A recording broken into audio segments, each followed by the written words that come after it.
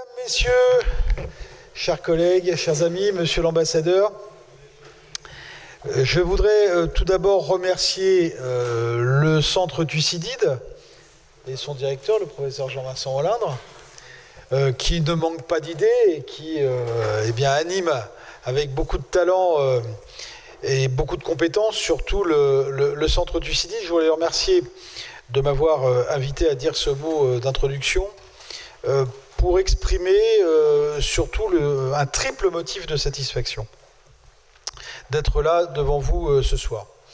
Le premier, c'est évidemment d'accueillir l'invité éminent du Centre Thucydide, de ce cycle de conférences, Paroles de diplomates, qui est co-organisé avec l'Association française des Nations Unies, et je vois l'ambassadeur Hyper qui est présent aussi aujourd'hui. Vraiment, merci beaucoup d'avoir accepté cette invitation, de participer à ce cycle.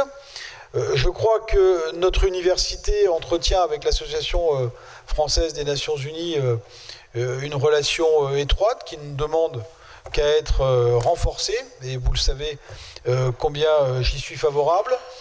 Combien j'y suis favorable aussi parce que c'est une association qui non seulement implique des chercheurs, des professeurs, des ambassadeurs en exercice, des anciens ambassadeurs, mais qui implique aussi les étudiants. Et je n'oublie pas que l'association Assasmun est également extrêmement active sur ce terrain-là. Et pour nous aussi, il est important évidemment que l'ensemble de notre communauté universitaire puisse être impliquée. Donc merci beaucoup, Monsieur l'ambassadeur, d'avoir accepté cette invitation. D'autres que moi vous présenteront évidemment bien mieux, mais chacun a évidemment conscience de la chance que nous avons de vous recevoir aujourd'hui, compte tenu de la carrière qui a été la vôtre, pour parler du 80e anniversaire de la libération de la France, de la libération de Paris que nous avons fêté il y a quelques semaines, et de l'entrée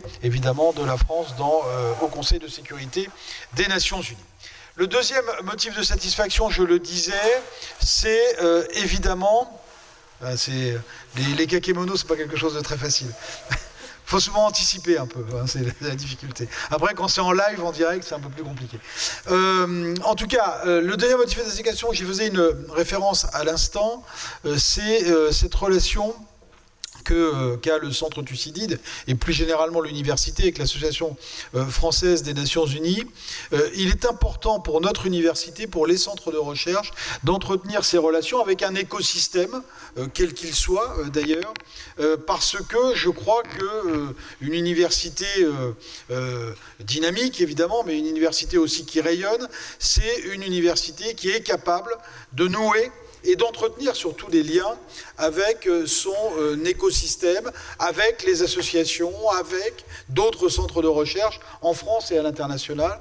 Et je voudrais évidemment rendre hommage ici au travail qui est réalisé par le Centre Thucydide. Ils ne sont pas les seuls dans l'université à le faire, mais en tout cas le Centre Thucydide le fait, en particulier aujourd'hui avec l'Association française des Nations Unies. Et je crois que je suis extrêmement attaché à ce que nous maintenions ces liens avec tout un réseau de partenaires en France et à l'étranger, parce que c'est aussi la clé de notre rayonnement, et puis aussi parce que c'est ce qui fait progresser la réflexion sur un certain nombre de questions. Et puis le troisième motif de satisfaction, c'est évidemment de voir le nombre de personnes que réunit cette conférence aujourd'hui. Vous êtes nombreux, il est rare que la salle des conseils de l'université Paris-Panthéon-Assas soit aussi remplie. C'est le signe à la fois de l'intérêt que suscite la conférence d'aujourd'hui. C'est le signe aussi, parce que je vois beaucoup d'étudiants présents dans cette salle, que les étudiants savent répondre présents à des conférences sur des thèmes qui ne sont pas toujours directement en relation avec les enseignements qu'ils reçoivent. Mais je crois que c'est aussi la mission de l'université de s'intéresser aux grands enjeux du monde contemporain, de susciter la réflexion des étudiants sur les grandes questions d'actualité, sur les grands sujets d'intérêt, les grands enjeux du monde contemporain, je le disais à l'instant, même si ces derniers mois, ces dernières semaines, il a parfois été difficile de débattre ou d'échanger sur un certain nombre de questions sensibles, notamment sur la question sur la question de la guerre au Proche-Orient. Mais il y a eu une conférence la semaine dernière au Centre Assas, organisée par une association de l'université et, je crois, la licence de sciences politiques, ou la licence de sciences politiques, voilà, je remets les choses dans l'ordre, un débat sur le Proche-Orient, animé par l'ambassadeur Danon, d'ailleurs, et les choses se sont remarquablement bien passées, en dépit du nombre de personnes qui étaient présentes. Il a pu y avoir une présentation des enjeux, sans langue de bois d'ailleurs, de manière tout à fait directe, et des échanges très nourris entre les étudiants. Donc il doit être possible, et j'y suis également très attaché, de continuer à débattre au sein de nos universités, de débattre de manière très rigoureuse, de manière apaisée, et c'est, je crois, ce genre de manifestation, celle de la semaine dernière, celle d'aujourd'hui, en sont la preuve. Et je voulais vous remercier d'être si nombreux à être présents aujourd'hui dans cette salle des conseils. Donc merci, monsieur l'ambassadeur, de votre présence. Merci à Jean-Vincent Olindre de prendre cette initiative. Merci à l'Association française des Nations Unies d'être un partenaire fidèle de notre université. Et puis, excellente conférence à toutes et à tous.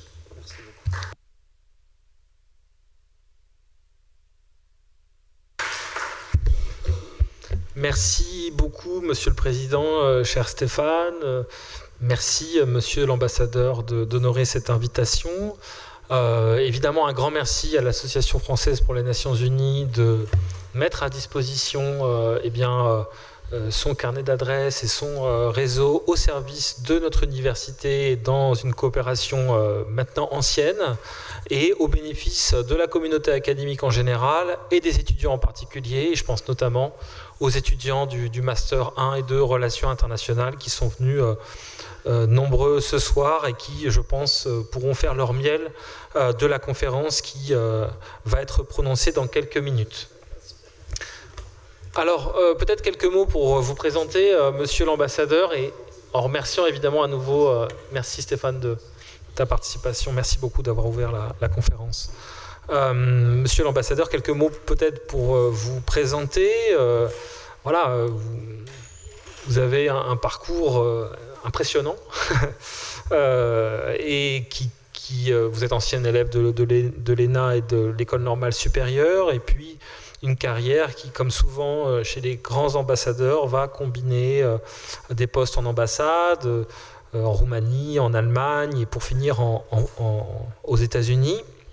Et puis en cabinet également auprès de Bernard Kouchner entre 2007 et 2009, et beaucoup plus récemment, entre 2017 et 2019, au retour de votre mission en Allemagne, vous avez été le conseiller diplomatique du président de la République, un terme qu'on utilise souvent, j'en ai parlé avec les étudiants ce matin, Sherpa, dont l'expression dit bien, pour les familiers de l'alpinisme, le rôle ô combien important auprès du président de la République, dont on sait qu'il incarne la politique étrangère de la France.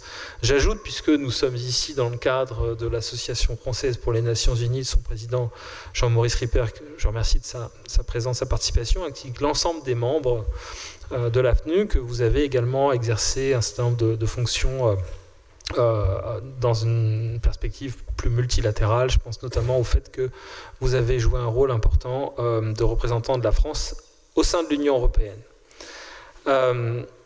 Si je ne me trompe pas. Absolument.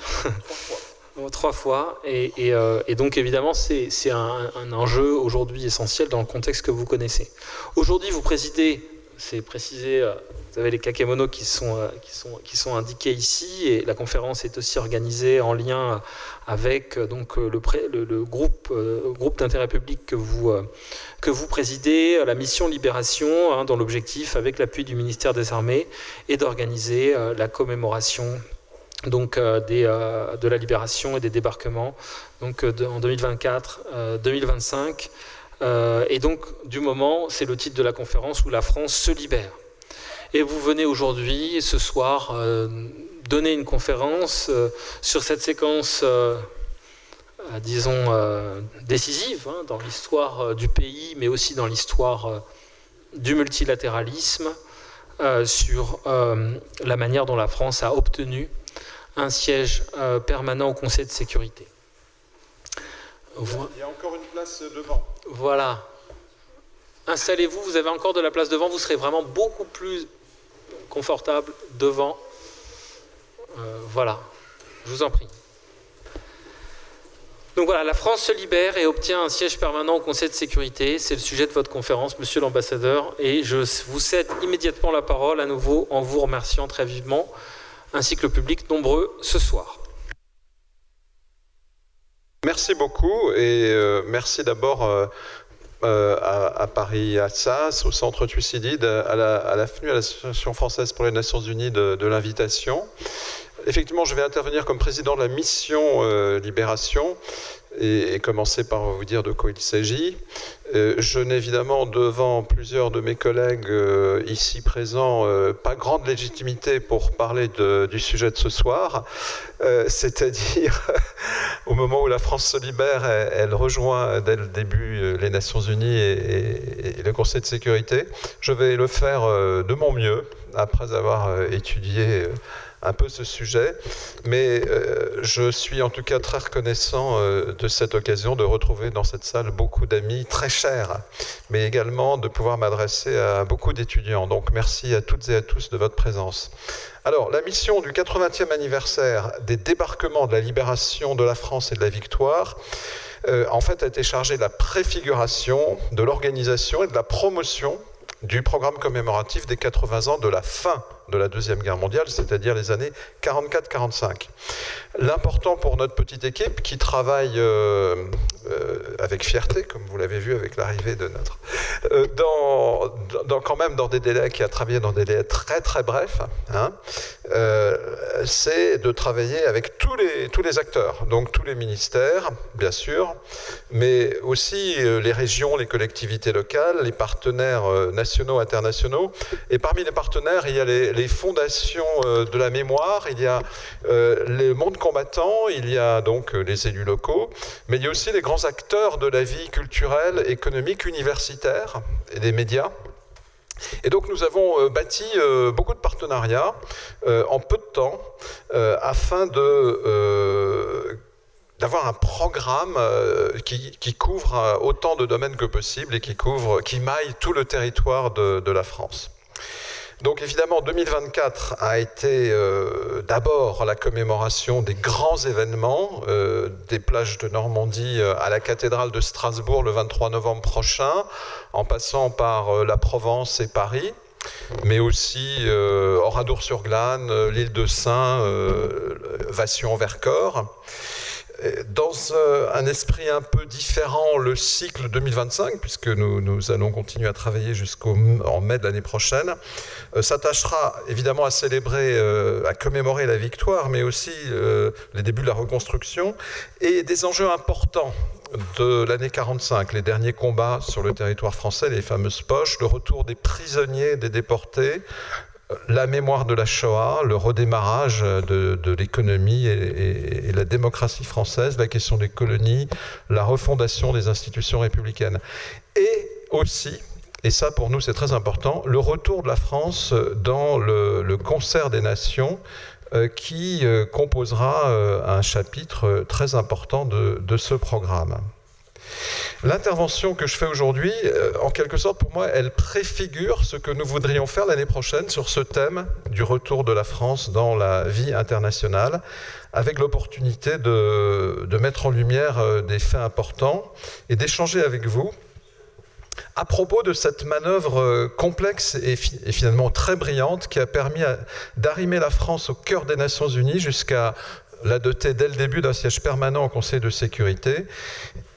Et je pense que, et ce sera le thème, le fil rouge de mon intervention, je pense que notre nation doit beaucoup à, je prends le titre d'un livre de René Cassin, je crois, à ces hommes partis de rien, qui ont reconstruit l'influence de la France dans le monde. Et pour moi, cet éclairage participe doublement du devoir de mémoire. D'abord, effectivement, il s'agit de rendre un hommage largement mérité à nos libérateurs, mais aussi aux pionniers de ce retour de la France au premier rang de la communauté internationale et au cœur du système international de l'après-guerre. Mais il permet aussi de rester lucide quant à la réalité, positive comme moins positive, du poids de la France en Europe et dans le monde. Et ça suppose de déconstruire certains présupposés qui existent parfois. Par exemple, celui selon lequel le multilatéralisme est l'ordre naturel du concert des nations, ou celui selon lequel la France serait par essence la championne de ce multilatéralisme et serait toujours perçue comme telle. Et là, je me réfère à l'écrit de l'un d'entre vous, l'ambassadeur de Jamais, qui, dans un article qui a été une des principales bases de ma préparation historique et intellectuelle, parlait d'une distance entre la légende dorée et la réalité. Mais déconstruire, ça ne veut absolument pas dire nier. Au contraire, s'emparer de l'avenir, pour moi, et là je parle de l'ensemble de notre programme commémoratif, n'est possible que si on comprend que nos valeurs, aujourd'hui, nous avons pu les préserver grâce au souffle, à l'énergie de ceux qui nous ont devancés à cette époque si complexe de la libération, et qui ont permis que la France libérée se taille sa place parmi les vainqueurs de la Deuxième Guerre mondiale. Je pense que l'histoire de l'attrait de la France dans l'ONU, et c'est ça qui m'intéresse ce soir, porte un message qui résonne jusqu'à aujourd'hui, et ce message fait partie de l'héritage que nous voulons transmettre, et que nous voulons transmettre d'abord à vous, les jeunes, à la jeunesse de France aujourd'hui. Donc, pour moi, j'aimerais commencer cette méditation historique le matin du 6 juin 1944. Les troupes alliées débarquent sur les plages de Normandie. Et le général de Gaulle livre à la BBC un de ses plus beaux discours, moins connu que d'autres, mais très plein d'audace.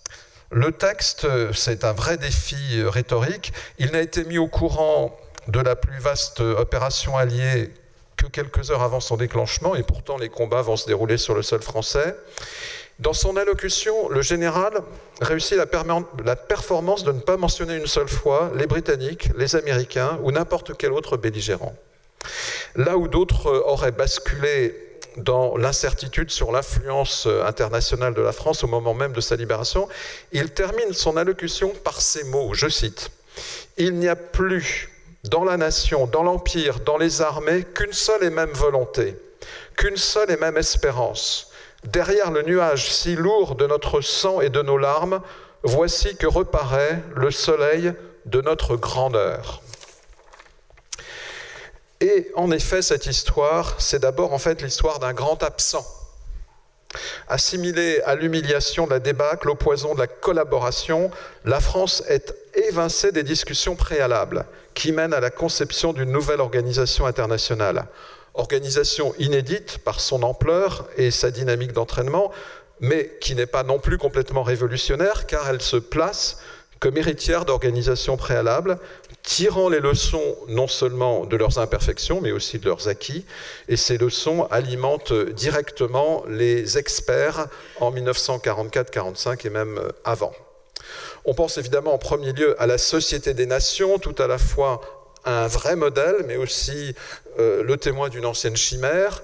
Mais il ne faut pas non plus négliger les tâtonnements de plus en plus aboutis qui démarrent à la fin du XIXe siècle, le Bureau international de la paix en 1891, la Cour d'arbitrage internationale de la Haye dès 1899, l'Organisation internationale du travail de 1919, notamment, pose des jalons successifs de coopération.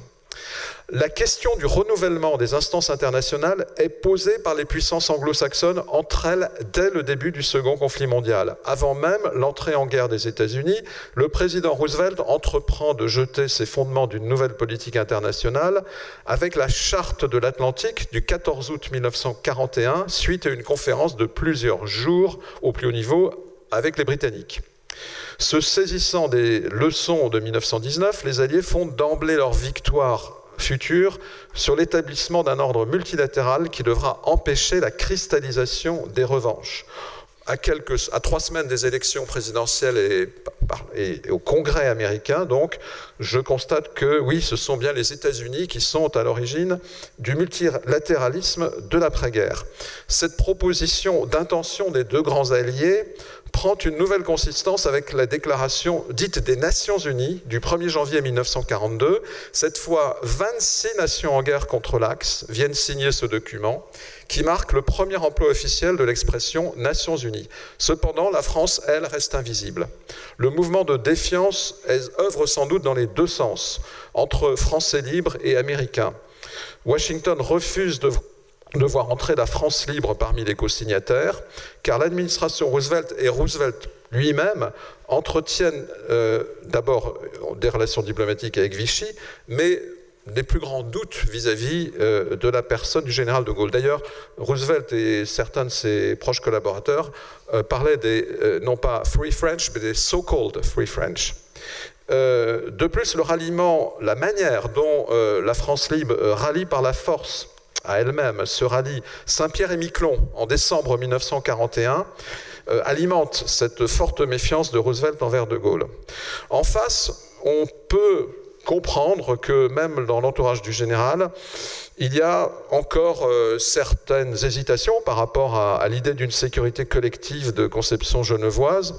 En tout cas, cette tension durera jusqu'à la fin de la guerre et demeure l'un des grands facteurs d'explication du rendez-vous d'abord manqué, puis difficile entre la France et cette naissance de l'Organisation des Nations Unies. Alors, dans la foulée d'une conférence préparatoire à Moscou en octobre 1943, les trois grands dirigeants alliés se rencontrent pour la première fois lors de la fameuse conférence de Téhéran en décembre 1943. Cette entrevue donne au projet de Nations Unies sa dimension mondiale. La conférence de Dumbarton Oaks est organisée d'août à octobre 1944. J'ouvre une parenthèse, ayant vécu à Washington, je me suis souvent promené à Dumbarton Oaks. Et j'avoue que je regrette quelque part qu'il n'y ait pas presque un musée de la naissance des Nations Unies. Enfin, c'est quand même une très belle propriété qui a été léguée par une riche famille à l'université de Harvard et qui comporte un très beau musée d'art ancien. Alors, l'objectif à l'époque consiste déjà à créer un organe international doté d'outils dissuasifs et répressifs efficaces afin de garantir la sécurité collective. Il y a 4 participants à Dumbarton Oaks. Il y a les États-Unis, il y a le Royaume-Uni, il y a l'Union soviétique, il y a aussi la Chine. J'ai compris en lisant les archives qu'en fait, il y a 2 séquences, une séquence à 3 et une séquence à 3, c'est-à-dire que les Américains et les Britanniques parlent d'abord aux Soviétiques, puis les Américains et les Britanniques parlent aux Chinois, parce que ce n'est pas, évidemment, le gouvernement encore de la Chine communiste. Les spécialistes produisent ensemble le premier schéma de fonctionnement de l'ONU, malgré des frictions, des désaccords sur les mécanismes du futur Conseil de sécurité. Ces frictions vont être en partie levées lors de la conférence de Yalta par un accord sur le droit de veto des grandes puissances, et je reviendrai sur le droit de veto. Cette conférence de Yalta est rendue âpre par la proposition de Staline d'intégrer chaque république socialiste constituant l'URSS dans la future organisation. Pour multiplier son influence, sans doute, peut-être aussi pour attirer une partie plus significative de l'aide humanitaire distribuée en Europe avec l'administration des Nations Unies pour le secours et la reconstruction, l'UNRWA, l'UNRRA, qui est en fait la première agence des Nations Unies avant les Nations Unies. L'argument principal mis en avant par Staline, c'est l'intégration prévue de l'Inde ou des Philippines, des dominions ou des semi-colonies anglo-saxonnes. Vous savez que finalement l'URSS obtiendra l'admission de l'Ukraine et de la Biélorussie, les 2 territoires qui ont le plus souffert de la guerre. On peut juger que la marque anglo-saxonne se lie aussi dans l'intégration dès l'origine des dimensions économiques, commerciales et même sociales dans les instances en cours de conception. L'Organisation pour l'alimentation et l'agriculture est instaurée dès 1943 à la suite de la conférence de Hot Springs. La déclaration de Philadelphie de mai 1944 vient rénover l'OIT. Des institutions bancaires et monétaires d'envergure mondiale sont proposées par les accords de Bretton Woods en juillet 1944. Et cette coopération économique et monétaire en vue de la reconstruction s'incarne également dans le Conseil économique et social des Nations Unies, forgé à Dumbarton Oaks. La France brille par son absence ou au moins par la difficulté d'être admis dans ces étapes fondatrices. Je citerai dans ses mémoires le futur général Pierre Billotte, chef d'état-major particulier du général de Gaulle, son représentant personnel dans certaines de ces réunions et un des futurs pères des casques bleus de l'ONU. Il raconte que le protocole lui réservait une chaise ajoutée à la va-vite, en bout de table, quand les diplomates britanniques et américains négociaient face à face dans de douillets fauteuils, rappelant l'atmosphère confortable des clubs londoniens ou des grands hôtels de Washington. Au propre comme au figuré, la France eut donc grand mal à s'imposer à la table de négociation. Rappelons que le gouvernement provisoire de la République française n'est reconnu que le 23 octobre 1944 par les Alliés, au terme d'un processus laborieux. D'ailleurs, si autour du général de Gaulle, et bien sûr avant tout le général de Gaulle, on manifeste des ambitions importantes et le respect de principes, eh bien, on ne manque pas non plus de clairvoyance sur la situation précaire d'une France qui, déjà en 1918, alors qu'elle était le grand vainqueur de la Grande Guerre, avait eu du mal à imposer ses vues lors des négociations de paix. Et là, c'est la France exsangue de 1945 qui doit forcer le destin. Alors que la Seconde Guerre mondiale se termine, on constate l'ampleur du bilan humain et matériel. Le revenu national de la France de 1945 représente la moitié de celui de 1938. Et pourtant, bien que mise au banc de ces avancées anglo-saxonnes, la résistance extérieure s'est très tôt emparée des questions internationales. Et je vais faire un détour par le Liban et par l'Amérique latine, car Beyrouth, et pensons à Beyrouth au moment où le Liban vit de nouveau des heures cruelles, a été un petit Quai d'Orsay de la France libre entre 1941 et 1943. Et je voudrais citer quelques figures de diplomates, souvent d'anciens archéologues entrés de manière atypique dans la carrière, refusant la défaite, Gabriel Benour, Henri Seyrig, qui délaissèrent leur chantier de fouilles à la demande du général de Gaulle, et ils rejoignirent l'Amérique du Sud. Ils mirent en relation poètes et artistes libanais avec le réseau sud-américain de l'Alliance française. Ils inventèrent une forme de diplomatie culturelle dans laquelle la promotion de la culture française devenait une manière de lutter contre le racisme et de défendre les valeurs démocratiques, argument essentiel pour se démarquer radicalement de Vichy sur la scène internationale. Cet ancêtre de notre organisation internationale de la francophonie eut à son actif de brillants succès diplomatiques. En pleine zone d'influence des États-Unis, les gouvernements des pays latino-américains reconnurent officiellement la légitimité du Comité français de libération nationale bien avant l'administration Roosevelt. En août 1944, une foule de milliers de personnes dansa dans les rues de Buenos Aires lorsque la nouvelle de la libération de Paris fut connue. Et je voudrais ici d'ailleurs remercier notre collègue Jean Mendelsohn qui a réalisé à la Maison d'Amérique latine il y a quelques mois une remarquable exposition sur l'Amérique latine et la libération de Paris. Cependant, la mise à l'écart continue de se faire sentir, malgré les demandes répétées de Henry Oppenau, qui est le représentant de la France libre à Washington, car il y a un représentant de la France libre à Washington depuis 1941. C'est d'abord Pleven, d'ailleurs, le premier représentant, puis Tixier. Ensuite, Oppenau, qui sera remplacé par Henri Bonnet. Donc, 4 représentants de la France libre se succèdent à Washington. Au moment de Dumbarton Oaks, c'est Henri Oppenau. Et malgré toutes ces demandes, la France, non seulement est exclue des travaux de Dumbarton Oaks, mais en plus, les représentants français se plaignent d'en apprendre les résultats par la presse, à partir notamment de la publication du projet final le 9 octobre 1944. Le texte est évidemment connu, et là, une divine surprise, la France obtient ce privilège immense d'être citée comme potentiel membre permanent du futur Conseil de sécurité, aux côtés des vainqueurs américains, soviétiques, britanniques et de la Chine, mais en temps voulu, in due course. Alors, là, il y a quand même une bonne explication. La France est empêchée de participer et en même temps, le texte de Dumbarton Oaks l'annonce comme, en temps voulu, membre du Conseil permanent. Alors, moi, j'ai posé la question, comment expliquer en quelque sorte cette double réalité ? J'ai entendu dire, vous me direz si c'est vrai, qu'il a été envisagé que d'autres pays auraient pu devenir le 5e membre permanent, le Brésil, le Canada. Qu'est-ce qui s'est passé ? Je ne suis pas sûr que ce soit parfaitement certain, certains d'entre vous peut-être vont le dire, mais il semble qu'il y ait quand même eu des ouvertures. Il y a un homme qui joue un rôle très important dans le dispositif français, René Massigli. René Massigli, c'était l'ambassadeur de De Gaulle à Londres, mais c'était aussi un homme d'expérience qui avait travaillé à la Société des Nations avant la guerre et qui était directeur politique adjoint du Quai d'Orsay avant la guerre. Il a échangé, ça c'est clair, avec Anthony Eden, le ministre britannique des Affaires étrangères, notamment à la fin du mois d'août 1944.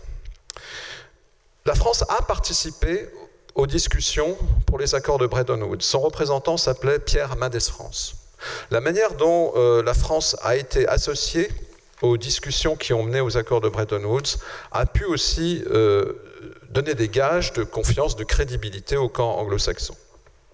En tout cas, il y a un autre signe que la réintégration de la France se prépare, c'est que notre pays est invité fin août 1944 à siéger au sein de la Commission consultative européenne, qui est l'instance fondée par les trois grands en 1943 pour préparer les conditions d'occupation de l'Europe après-guerre. Alors certes, le gouvernement provisoire de la République française n'occupera formellement son siège dans cette commission qu'en fin novembre, à compter de fin novembre, mais quand même, c'est un signal important. Bon, mon impression, mais encore une fois, elle vaut ce qu'elle vaut, c'est que, en fait, le fait de base reste la méfiance de Roosevelt et des États-Unis vis-à-vis de ceux qui représentent la France libre et d'abord du général de Gaulle, qu'on considère que la France doit en effet être dans le schéma initial des Nations Unies, mais qu'on attend que, en tout cas c'est ce que Roosevelt a dit, je crois, à plusieurs reprises, il y ait un gouvernement élu par le peuple français. Il n'empêche qu'il y a maintenant un défi du côté français. Et ça c'est pour moi le sujet principal.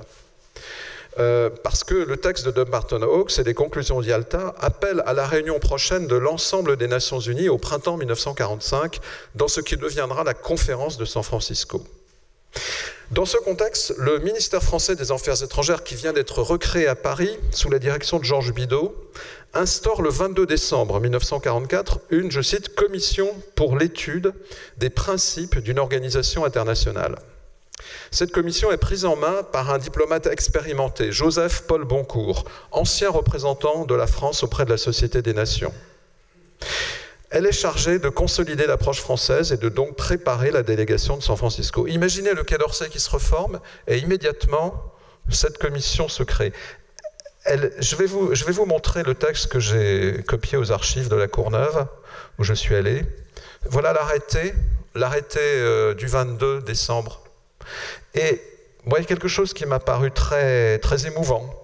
C'est que les premières lignes de cet arrêté sont les suivantes. Le ministre des Affaires étrangères, et là je cite les mots qui me paraissent très importants, se référant à l'institution en 1918 d'une commission présidée par M. Léon Bourgeois et chargée d'étudier les principes d'organisation d'une société des nations.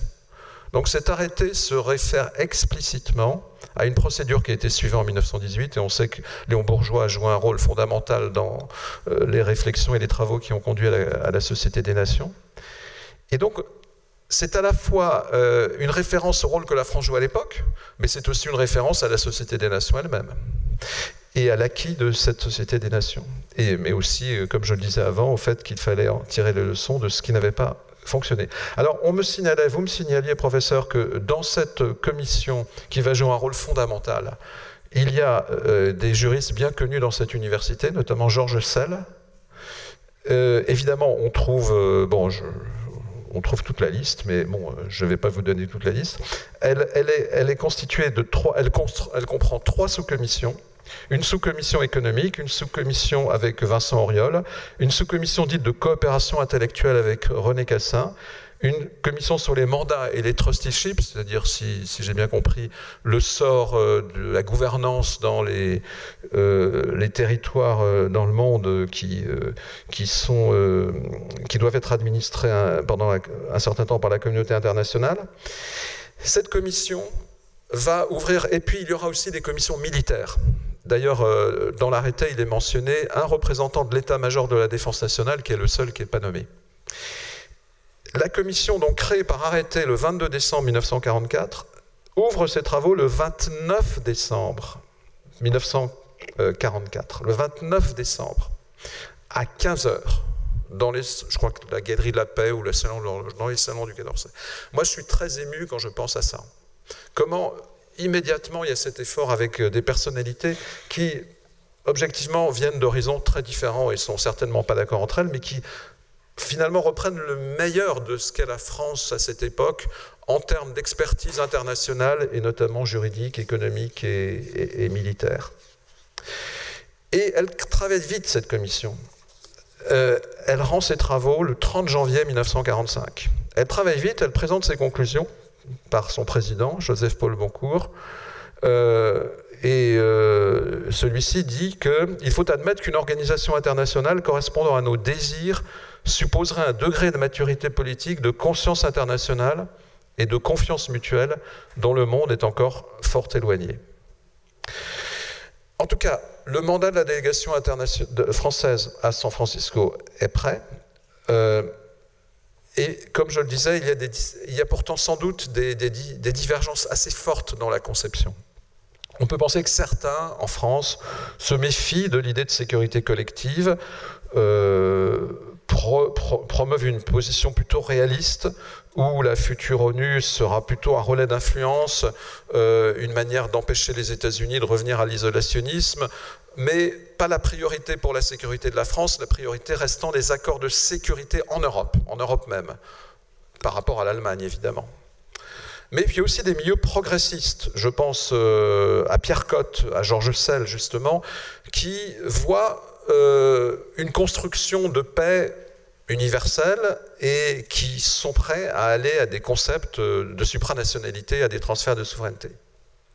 En tout cas, une chose est sûre, la France n'est qu'un invité tardif et les diplomates français sont condamnés à être efficaces, constructifs et influents. Et ils vont l'être. La conférence de San Francisco se déroule du 25 avril au 26 juin 1945. Elle réunit 50 délégations, 280 délégués officiels, beaucoup plus de participants, afin de voter les propositions qui ont été élaborées par les grandes puissances. La conférence de Yalta annonçait la France parmi les puissances invitantes. Logique, puisqu'on disait que la France, le moment venu, rejoindrait comme membre permanent. Or, la France a décliné face à l'impossibilité d'amender le projet conçu sans elle à Dumbarton Oaks. Logique, on nous demande, en co-invitant, d'endosser des propositions à l'élaboration desquelles nous n'avons pas été associés. La France se présente ainsi à la conférence de San Francisco dans la situation de n'importe quelle autre puissance invitée. Georges Bidault dirige lui-même la délégation. Joseph-Paul Boncourt est évidemment de la partie. Il y a aussi une forte composante militaire avec le général Juin, chef d'état-major de la Défense nationale, l'amiral d'Argentlieu, vice-président du Conseil supérieur de la Marine. Les travaux de la conférence se répartissent en commissions. Joseph-Paul Boncourt acquiert d'ailleurs un statut très important puisqu'il sera rapporteur de la commission chargée d'étudier la force armée internationale.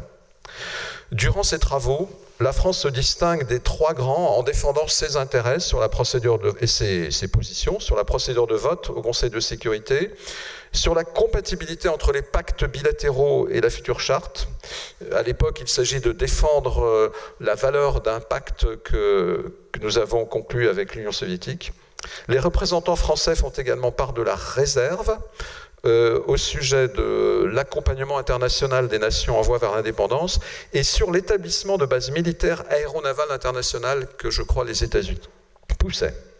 Et globalement, et c'est un peu miraculeux, mais enfin ça tient aussi à la bonne performance et à la remarquable attitude de nos représentants, la France obtient largement satisfaction, bien que son positionnement dans les débats soit évidemment pas facilité par ce qui précédait. La charte préserve le droit d'alliance et de légitime défense, son contenu autorise le projet de réorganisation de l'Union française, la langue française est reconnue comme langue officielle et langue de travail. Les amendements français contribuent à élargir les pouvoirs de l'Assemblée générale Et ça, c'est important parce que San Francisco, si j'ai bien compris en lisant les archives, c'est comme on disait à l'époque, les petites puissances versus les grandes puissances. Les petites puissances versus les grandes puissances. En synthèse, donc, on peut dire que nos représentants à San Francisco ont appliqué une tactique de proposition qualitative, négociable. Et je vais vous citer d'ailleurs une phrase que j'ai trouvée, qui a été, je pense, dite par l'un des participants.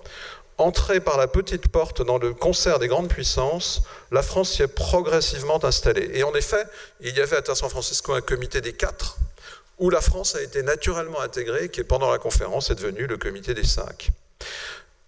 On peut dire, d'après, encore une fois, les témoignages de cette époque, que la délégation britannique était relativement amicale. Je pense que c'est un point important. Alors que, bon, enfin, les relations avec les États-Unis étaient, pour les raisons susdites, plus compliquées. Et il y a une conclusion tirée par le ministre des Affaires étrangères français de l'époque, Georges Bidault, qui, à la fin du bilan de San Francisco, dit, je cite, « Pour sa part, la France demeurera dans la ligne constructive de San Francisco ». Je vais aussi vous citer des textes sur le droit de veto, parce que, évidemment, la grande affaire dès le début dans la Constitution des Nations Unies, c'est le droit de veto. Je vais vous citer 3 extraits, dont 2 viennent de la note pour le ministre. La note pour le ministre faite par les négociateurs au retour de San Francisco, qui explique les résultats. Alors, premier extrait, au tout début de la note.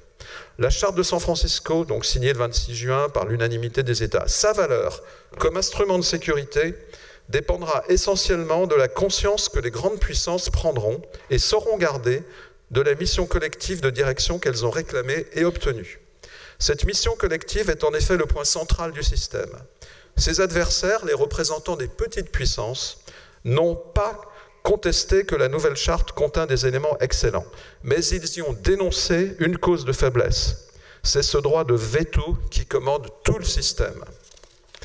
Et dans la même note un peu plus loin, et là, on comprend la difficulté de définir la position française sur le droit de veto, évidemment. À l'heure actuelle, c'est un de nos principaux atouts dans les discussions internationales, notamment quand il s'agit des affaires allemandes. Étant donné notre faiblesse économique et partant militaire, le droit de veto est à peu près notre seul moyen de maintenir une certaine égalité entre nous et les autres membres permanents du Conseil. Du point de vue français, il n'est pas sans intérêt qu'on ait besoin de notre assentiment pour prendre des décisions en matière internationale. Une dernière citation d'une note qui a été faite lors des travaux de la même commission d'examen, mais dans sa deuxième session, c'est-à-dire après San Francisco. La délégation française à la prochaine Assemblée, tout en rappelant que la France n'a jamais été favorable en principe au droit de veto, devrait s'efforcer, à la lumière des faits et de l'expérience acquise, de légitimer le maintien provisoire des règles actuelles et de jouer ainsi un rôle de médiation entre les grandes et les petites puissances. Voilà, j'ai trouvé intéressant de citer ces témoignages directs et des acteurs directs sur le droit de veto, qui est évidemment le grand sujet dès le début de la création des Nations Unies. Alors, où est-ce que j'en suis? Oui, donc, c'est la scène principale. La capitulation allemande en mai, le 26 juin, donc, la France est consacrée membre permanent du Conseil de sécurité dans la charte de l'ONU, adoptée ce jour-là. La France est de retour parmi les grands dans le concert international. Et elle va tenter, dans un premier temps, d'appliquer une posture d'équilibre entre les différentes tendances en cours de formation. Évidemment, c'est avant le début de la guerre froide. Le général de Gaulle quitte le pouvoir. Les premières sessions du Conseil de sécurité, de l'Assemblée générale, du comité d'état-major des Nations Unies se tiennent à Londres au premier trimestre 1946. La décision est prise d'installer le siège à New York. Alexandre Parodi est notre premier ambassadeur français à l'ONU. Et il s'appuie sur tous les relais pour porter la voix française. Les débats sont actifs, notamment au sein du Conseil économique et social. La voix française est singulière, notamment grâce à Georges Boris et Pierre Mendès France. Donc, investissement dès le début. Et puis il y a une affaire qui apparaît dès le début, c'est l'affaire espagnole. Je crois que la correspondance entre Franco, Mussolini et Hitler est publiée, et donc ça crée évidemment une crise et une demande de non-admission de l'Espagne aux Nations Unies. Et là on voit la France évidemment, bon, avec des souvenirs historiques de la guerre d'Espagne et autres évidemment, en quelque sorte pionnière dans l'embryon d'un droit d'ingérence lorsqu'une situation menace un équilibre régional. Mais dès 1947, la bascule franche dans l'ère de la guerre froide, évidemment, encourage la France aussi à revenir dans le sens de pactes bilatéraux. Traité de Dunkerque le 4 mars avec la Grande-Bretagne et tentative de pacte avec la Tchécoslovaquie et la Pologne, évidemment, avant que les régimes communistes s'y installent. Donc, et puis le pacte de Bruxelles de 48 et le pacte atlantique de 49. Donc l'esprit de 45 s'est un peu estompé, mais il y a un domaine où il ne s'est pas estompé. Et avant de terminer mon propos, je voudrais dire un mot des droits de l'homme. Parce que ces précurseurs, dont je voudrais vraiment souligner l'incroyable réussite, ils ont vraiment laissé une empreinte durable aussi dans la dignité accordée à l'homme. Les idéaux bienfaisants de la sécurité collective ont rapidement été nuancés par le choc des idéologies et des blocs, mais on ne peut pas sous-estimer les apports immenses d'un système novateur pétri d'humanisme qui a fourni un garde-fou durable aux nations. Évidemment, le meilleur ambassadeur de cet héritage, c'est René Cassin. Son implication dans la Déclaration universelle des droits de l'homme incarne le redressement du magistère moral et intellectuel français. L'universalisme français apporte une contribution incontestable au peuple du monde dans la déclaration du 10 décembre 1948. Car le monde de 1945, il est traumatisé physiquement et moralement. La découverte des camps de la mort impose à toutes les opinions publiques le choc de l'abomination. Les tragédies constatées dans les pays occupés par l'Allemagne nazie et le Japon dictent la prise en compte des principes humanitaires dans les fondements de l'ONU. La Commission des droits de l'homme est fondée en 1946 à Genève. L'adoption d'un ensemble de textes internationaux de premier plan va composer un ordre normatif d'inspiration universaliste autour de la défense des droits humains. Avec les conventions de Genève comme pilier, la Déclaration universelle des droits de l'homme comme axe central. Pour René Cassin, le délégué français de cette commission, la sauvegarde de la France et le combat pour les droits de l'homme sont indissociables.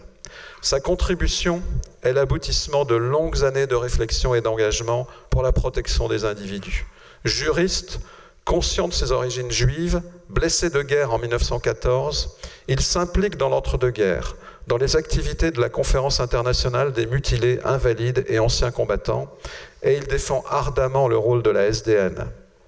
En 1933, un habitant juif de Haute-Silésie porte plainte auprès de la SDN pour violation par l'Allemagne d'une convention sur la protection des minorités. Goebbels déclare cette plainte irrecevable car, je cite, « charbonnier est maître chez soi ». La SDN se contente d'une résolution d'intention demandant à tous les États de respecter les droits des individus. Cette affaire bouleverse Cassin. Il défend, à compter de ce jour, l'idée essentielle dans la Déclaration universelle des droits de l'homme que l'individu a des droits fondamentaux qui sont au-dessus de l'État. Son engagement auprès de la France libre est la suite logique. De 1940 à 1944, tout en occupant des fonctions juridiques pour la France libre, puis dans le Comité de français de libération nationale, il participe à de nombreuses institutions préparant la création de l'ONU, mais aussi de l'UNESCO. Ce sont donc des convictions mûres qu'il met au service de la Commission des Nations Unies pour les droits de l'homme entre 1946 et 1948. Et fondamentalement, cette déclaration universelle dote les institutions internationales de la capacité à protéger les individus de l'arbitraire de l'État. Cassin voyait dans cette déclaration, je cite, les tables de la loi humaine. Il la compara souvent, je cite toujours, à un décalogue laïque. Elle est universelle, elle n'est pas internationale, car elle n'est pas une simple codification des droits nationaux, mais proclame directement les droits de l'être humain au regard de tous les autres, à quelques groupes sociaux auxquels ils appartiennent les uns et les autres. Voilà, notre mission Libération, pour conclure, elle s'est donnée, je le disais, pour vocation la transmission d'une mémoire vivante vers les jeunes générations, alors que nos vétérans des conflits mondiaux s'éteignent peu à peu. L'implication de la France libérée dans la création de l'ONU nous laisse un des plus précieux héritages que nous ayons à transmettre dans ce contexte. Cette influence renouvelée dans le monde, ce siège permanent au Conseil de sécurité, cette déclaration universelle des droits de l'homme, ces instances mondiales pour la promotion de la culture et de l'éducation, à Paris en l'occurrence, de la santé, cet héritage ne doit pas rester comme un objet d'étude historique pour ceux qui ont étudié la période de leur création, de la création de ces institutions, de l'écriture de ces déclarations. Il faut évidemment s'en emparer au vu de l'état du monde actuel avec un esprit critique, une vision d'avenir. Et finalement, il faut être digne de l'héritage que nous ont laissé ces prédécesseurs, ces pionniers, qui ont permis non seulement à la France d'être d'entrée de jeu au cœur du système des Nations Unies et membre permanent du Conseil de sécurité, mais aussi avec cet héritage incarné par Cassin et la Déclaration universelle des droits de l'homme. Et je crois que, et là je ne parle pas pour moi, mais pour ceux qui sont dans cette salle, nos représentants aux Nations Unies, nos gouvernements, nos chefs de l'État, nos ministres, ont montré qu'ils étaient conscients de cet héritage. La France a été une force de proposition pour maintenir cet héritage en adaptant, en réformant, en fonction de l'évolution du monde, les Nations Unies. Le 25 septembre dernier, à l'Assemblée générale des Nations Unies, le président de la République disait, je cite, « Je souhaite que cette réforme, la réforme des Nations Unies, permette de changer les méthodes de travail, de limiter le droit de veto en cas de crime de masse, de se concentrer sur les décisions opérationnelles que nécessite le maintien de la paix et de la sécurité internationale. » Comment ne pas voir dans l'état du monde d'aujourd'hui le retour de la guerre, le retour de l'affirmation de la force de la loi du plus fort, l'importance de convoquer le souvenir de cette génération de refondateurs pour alimenter nos réflexions et pour encourager notre action, y compris par rapport à cet indispensable chantier de la défense du système de l'après-guerre et de ses valeurs. La libération de la France, la période de la libération en 1944-45 est une période vraiment fascinante, justement parce qu'elle nous enseigne toute la vertu du rebond face aux sirènes du désespoir. Cet anniversaire est donc l'homme, je le répète peut-être une troisième, quatrième fois, excusez-moi de la répétition, c'est l'occasion de rendre hommage à ceux qui se sont levés, qui ont combattu, qui ont résisté et qui ont reconstruit. C'est un grand honneur pour moi d'être invité ce soir par l'Association française pour les Nations Unies et par Assas dans ces murs historiques, car parmi les héros de notre libération se trouvent, et je l'ai démontré pendant les 35 dernières minutes, se trouvent de nombreuses figures de notre diplomatie, mais aussi des universitaires. Je vais participer d'ailleurs dans quelques jours à l'Institut de France à un hommage à la mémoire de Marc Bloch. Et il ne faut pas non plus oublier la manière dont beaucoup d'universitaires ont participé à la résistance et à la reconstruction, non seulement culturelle, intellectuelle, mais aussi morale de notre démocratie et de notre République. Je voudrais, en terminant, vous redire que cet exposé, moi je l'ai conçu comme une préfiguration et j'espère que tous ceux qui sont ici présents, nous pourrons porter le message auprès de nos autorités que ce serait bien que l'année prochaine, dans le programme commémoratif de 1945-2025, il y ait quelque chose pour commémorer précisément ce retour de la France au premier rang de la communauté internationale et pour rappeler l'œuvre de ceux à qui nous le devons. À Bayeux, le 7 juin dernier, le président de la République, là où le premier sous-préfet en territoire libéré a pris ses fonctions, Triboulet, M. Triboulet, il a rappelé la contribution de ceux qui ont tout de suite reconstruit la France sous l'angle de son administration démocratique. Je pense qu'un même hommage serait légitime par rapport à ceux qui ont permis le retour de la France dans ces conditions que j'ai rappelées au premier rang de la communauté internationale. Je voudrais aussi rappeler que chacun d'entre nous, nous avons, en tant que mission Libération, lancé un appel général, qui a d'ailleurs été repris par le président de la République lui-même, pour contribuer Nous avons actuellement plus de 2000 projets labellisés pour le 80e anniversaire, en complément des grandes commémorations. Nous avons lancé un appel au versement des archives privées.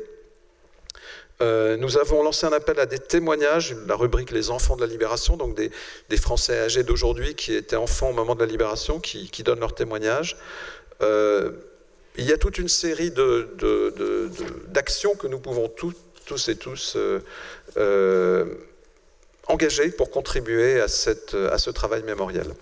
Voilà, c'est une petite page de publicité à la fin d'une intervention, sans doute trop longue et sans doute surtout qui n'a fait que rappeler quelques évidences pour beaucoup d'entre vous. Je vous remercie, vous m'aviez donné 45 minutes, je ne les ai pas tout à fait toutes utilisées, mais je serais très heureux de prolonger maintenant par un échange et aussi d'écouter les compléments ou les correctifs qu'appelle mon exposé. Merci beaucoup.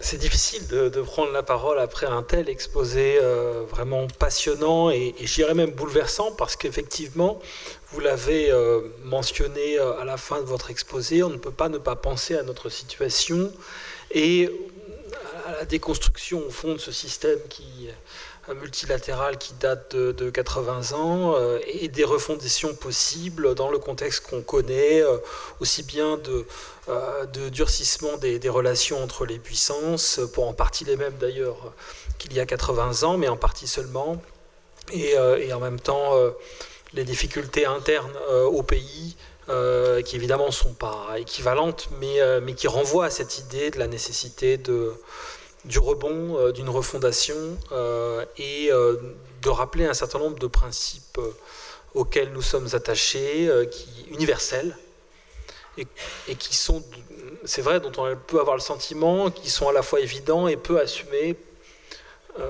Et je peux vous raconter une petite anecdote, à la fois, je dirais, peut-être rassurante et inquiétante, mais qui renvoie justement à l'idée que la France n'est jamais aussi forte que lorsqu'elle doit, c'est ce que montre bien De Gaulle, au fond, partir d'une situation extrêmement difficile. Il y a 10 ans, j'ai corrigé, et je l'ai refait cette année d'ailleurs, en tant qu'universitaire, avec une diplomate. Donc j'ai corrigé l'épreuve de culture générale, ce qu'on appelait autrefois culture générale. Il y a eu la réforme que vous connaissez, on n'emploie plus aujourd'hui cette expression. Et le sujet, c'était la résistance est-elle un idéal du XXIe siècle. On était en 2014 et donc évidemment il y avait un autre anniversaire. Le côté inquiétant, c'était qu'il y avait 20% des copies au bas mot, donc concours externe de l'ENA, qui avait fait un contresens sur le terme résistance, c'est-à-dire qu'il n'avait pas compris que le grand R renvoyait à l'expérience historique de la résistance et qui avait traité le droit de résistance, la résistance en général. Bon, peut-être ont-ils lu rapidement le sujet, mais disons que ce que vous avez dit sur la nécessité de se pencher sur cette histoire était vrai il y a 10 ans, ça l'est sans doute encore davantage aujourd'hui. Le côté rassurant, c'est qu'il y avait de remarquables copies qui justement montraient bien qu'à différentes étapes de l'histoire de France, la France avait été déchue et retrouvait la grandeur dans des périodes de grande déchéance. Il y avait un exemple qui était donné, qui était le congrès de Vienne, et la manière dont Talleyrand et la duchesse de Dino avaient pu jouer un rôle dans quelque chose comme une refondation très différente de celle dont vous avez parlé, monsieur l'ambassadeur, mais qui renvoie à l'idée qu'au fond, il y a là toujours la possibilité d'un rebond, même lorsque la défaite est lourde et a des conséquences politiques très fortes. Et voilà, bon, je vais laisser la parole aux étudiants notamment qui ont préparé des questions, mais il me semble que vous avez bien fait ressortir, au fond, cette idée que ces périodes, disons, où le désespoir peut s'emparer à la fois des citoyens et des dirigeants, sont des périodes qui finalement permettent, c'est ce que dit d'ailleurs De Gaulle dans un autre discours, je crois qu'il y a le discours de Bayeux sur les élites, qu'une élite finalement, au fond, discrète, apparaît dans ces périodes-là, lorsque d'autres élites sont défaillantes. Une référence sans doute d'ailleurs à un sociologue italien, Pareto, qui avait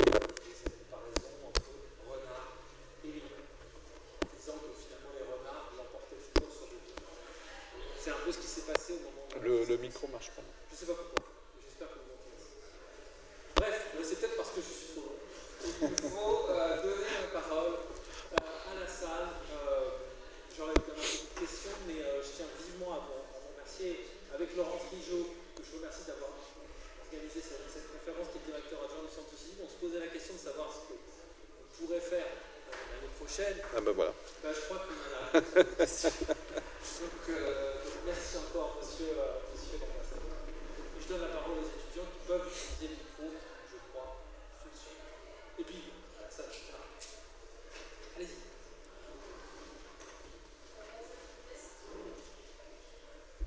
Allez-y. On va parler fort, je suis désolé, je ne sais pas pourquoi ça ne marche pas.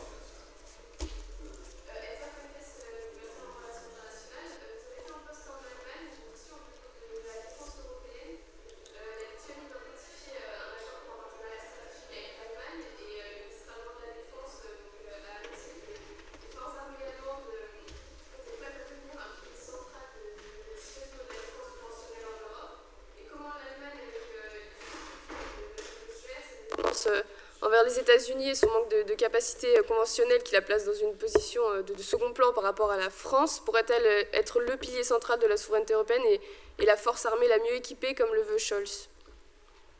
Merci. Je réponds.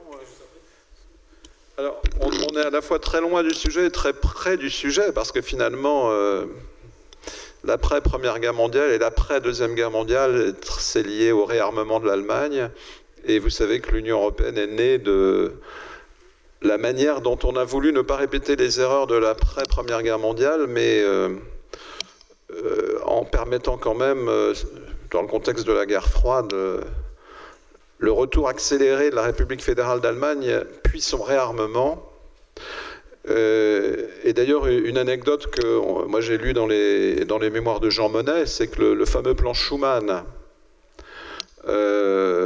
auquel le dit Jean Monnet avait puissamment contribué et qui avait été en catastrophe envoyé à la lecture de Konrad Adenauer pour qu'il ne soit pas surpris quand, dans le salon de l'horloge, notre ministre des Affaires étrangères de l'époque a annoncé sa proposition. En fait, Jean Monnet explique qu'il y avait 2-3 jours après une réunion avec les Britanniques et les Américains, et qui avait dit aux Français, écoutez, maintenant, cette fois, il faut y aller, il faut trouver quelque chose, proposez ce que vous voulez, mais il faut réintégrer l'Allemagne.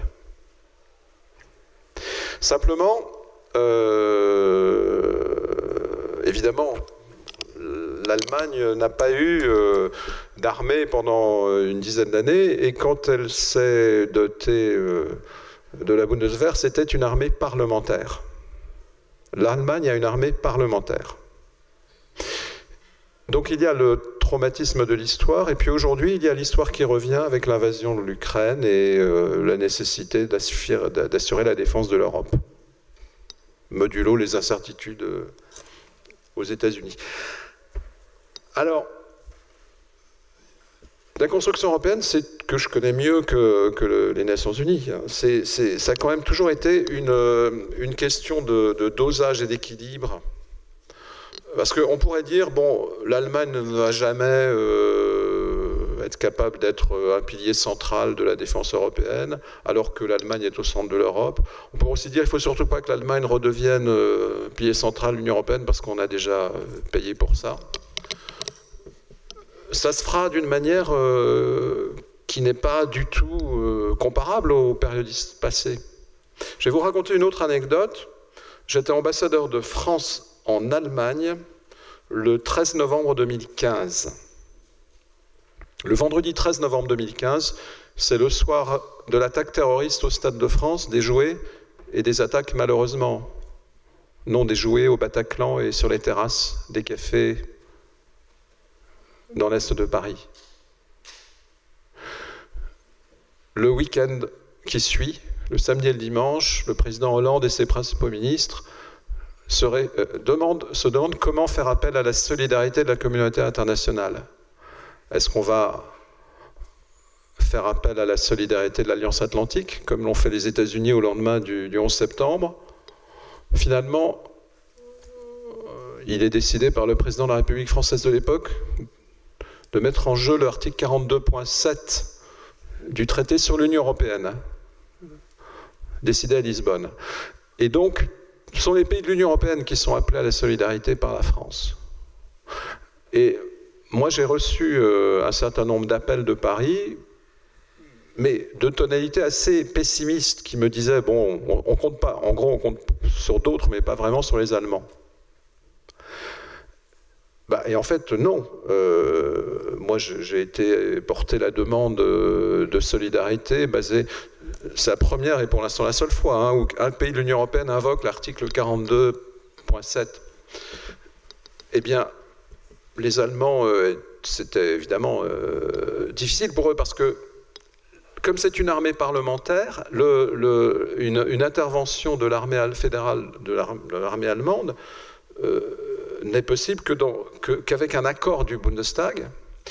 Et la Cour constitutionnelle de Karlsruhe a explicitement limité toute possibilité d'intervention à l'extérieur de l'armée allemande à l'existence soit d'un mandat des Nations Unies, soit d'un mandat de l'OTAN, soit d'un mandat de l'Union européenne. S'il n'y a pas une base internationale, on n'intervient pas. Eh bien, j'étais moi-même dans les tribunes du Bundestag et j'étais invité officiellement parce qu'il y a eu beaucoup de gestes de solidarité à ce moment-là de l'Allemagne et tout le monde a voté.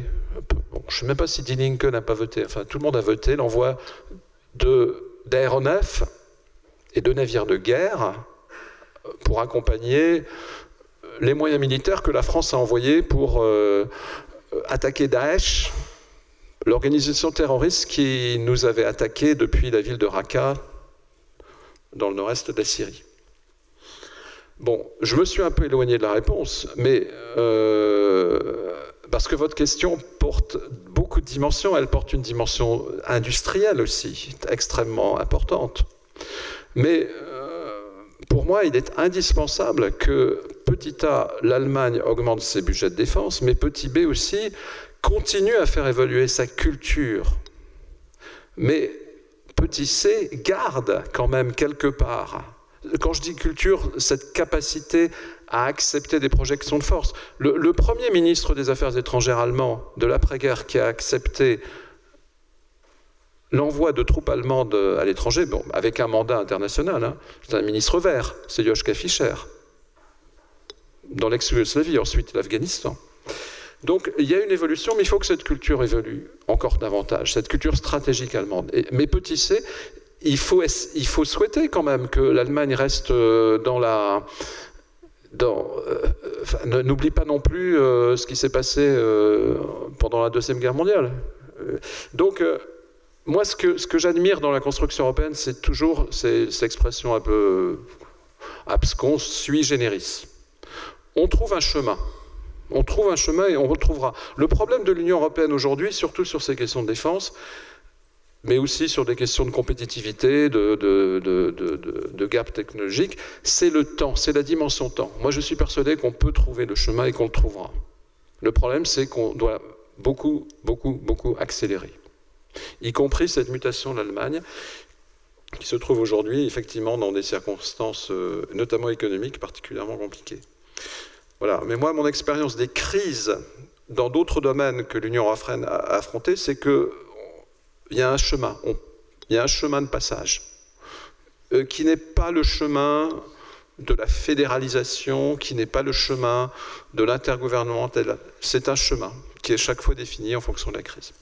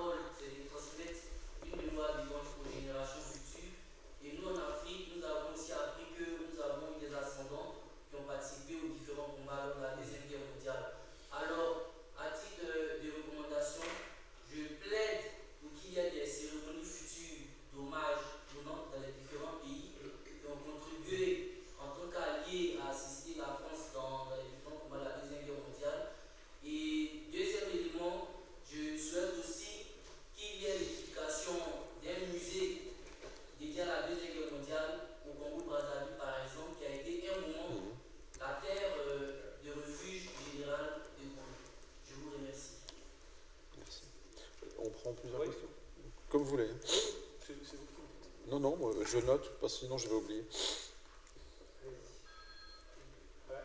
Voilà, vous pouvez couper les slides. Ça marche. Ça marche. Ça marche. Déjà, je voulais remercier M. l'ambassadeur pour cette conférence. Et donc, j'en viens à ma question qui est, comme nous ici, peut-être un peu plus centrée sur l'actualité. Vous avez évoqué à quel point le droit de veto était crucial pour l'exploitation française et pour faire entendre sa voix dans la communauté internationale. Et donc, effectivement, ma question portait sur la position de la France sur cette potentielle extension du droit de veto à d'autres pays. Et est-ce que cette extension ne serait pas au final mauvaise pour la position de la France au sein des nations?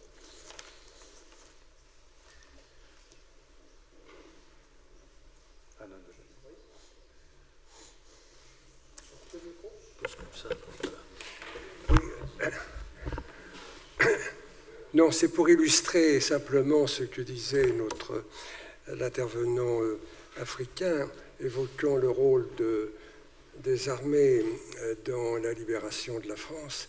Je crois qu'effectivement, il faut les ajouter aux diplomates que vous avez mentionnés, aux hommes politiques que vous avez mentionnés.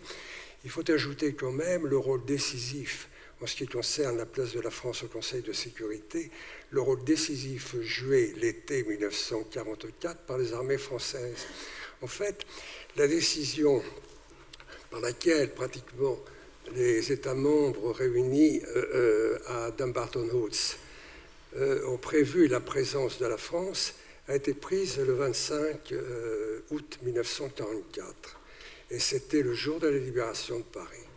C'était les fonctionnaires, ce n'étaient pas les ministres, ce n'étaient pas les chefs d'État. Les chefs d'État, ils avaient d'autres choses à faire, ils étaient pris par l'actualité immédiate, mais les fonctionnaires étaient probablement au courant de ce qui se passait quand même sur le front.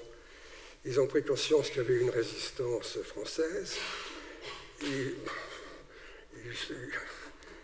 La défense française illustrée un peu par le chiffre des pertes. Enfin, il faut savoir que c'est un Anglais qui a calculé le nombre des pertes françaises du fait de la libération par nos alliés et nos amis alliés, et du fait des bombardements, et pratiquement le chiffre des pertes françaises du fait de l'action des alliés lors du débarquement est équivalent au chiffre des pertes civiles anglaises du fait du Blitz. Donc il y avait un rôle de la résistance qui a été mentionné par vous-même d'ailleurs aussi, et qui était très présent dans le crâne des fonctionnaires de Dumbarton Heights, parce que ce sont les fonctionnaires qui étaient là. C'était Stettinius, l'adjoint de Cordell, c'était Cardogan, l'adjoint de Churchill, c'était Gromyko, l'adjoint de Molotov. C'était des fonctionnaires. Et ces fonctionnaires travaillaient et savaient ce qu'ils se rendaient compte. Et là, je crois qu'ils ont subitement pris conscience, fin août 1944, que oui, il y avait une armée française, composée en grande partie, effectivement, de soldats venus de l'outre-mer, venus d'Afrique. Mais il y avait une armée française, et cette armée française allait plus vite pour reconquérir la vallée du Rhône que l'armée des Alliés dans l'Ouest, etc. Ils s'en sont rendus compte. Et c'est ce jour-là qu'ils ont dit il y aura un Conseil de sécurité. Au mois d'août 1944, et non pas à Yalta. À Yalta, on ne parle pas du Conseil de sécurité. On parle du Conseil de sécurité, on parle du veto. Mais on ne parle pas de la composition du Conseil de sécurité. On parle, et vous le savez très bien, de la composition de la Commission de contrôle des territoires occupés. Et là, grâce aux efforts de Churchill, milité par Eden, on arrive à obtenir un poste. Mais ce n'est pas le Conseil de sécurité. Le Conseil de sécurité, c'est dès le mois d'août 1944, ce n'est pas Yalta, ce n'est pas l'Assemblée générale des Nations unies, la France n'est pas présente, elle n'est même pas aux portes, elle est très maltraitée. Opno est réduit à envoyer comme information sur ce qui s'est passé des coupures de presse du Christian Science Monitor. Voilà les informations qui est obligé de dire on ne me reçoit pas au département d'État, voilà ce que je vous envoie. C'est lamentable. Mais il y a des fonctionnaires, et ces fonctionnaires, le 25 août 1944, disent le Conseil de sécurité sera composé du Royaume-Uni, de la Chine, de la Russie, des États-Unis et, comme vous l'avez très justement dit, in due course, de la France. Mais il le prévoit dès le 25 août 1944. Voilà. Donc il ne faut pas nous raconter d'histoire sur le fait qu'il faut finir, comme nous y invite assez fréquemment un ancien ministre et des journalistes, avec la grandeur, que la France en fait n'a joué aucun rôle, que c'est Churchill qui a arraché ce poste de membre permanent à Yalta. Absolument pas. Churchill a milité pour qu'on ait un siège à la commission de contrôle, mais ça n'a rien à voir avec le Conseil de sécurité. Et la formule écrite dans les journaux, les agendas des diplomates qui sont là, par exemple Cardogan, c'est le Conseil de sécurité sera composé, etc., plus la France in due course. Voilà. Et c'est dû quand même à cet effort militaire. Donc il ne faut pas oublier, je crois que l'on peut dire que l'on a mérité effectivement notre siège de membre permanent. On l'a mérité grâce... Vous savez, le général de Gaulle en a peu parlé. Il ne voulait pas paraître comme un quémandeur. Il pensait que d'entrée de jeu, les gens comprendraient que la France devait avoir. Voyez les entretiens avec Roosevelt en juillet 1944, pas un mot de ce qui allait se passer à Dumbarton Oaks, bien sûr, il ne savait même pas où ça se tenait, mais le général de Gaulle n'envoie pratiquement pas d'instructions. Il recommande simplement en 1945 à la délégation d'être discrète, pas de grand discours, enfin tout le contraire de ce que, entre deux bouteilles, Bidault aurait probablement soutenu, parce qu'il avait fait son discours effectivement lors de l'installation de la commission en décembre 1944, pas un mot du Conseil de sécurité ou d'un siège permanent. Non, le général pensait que ça devait...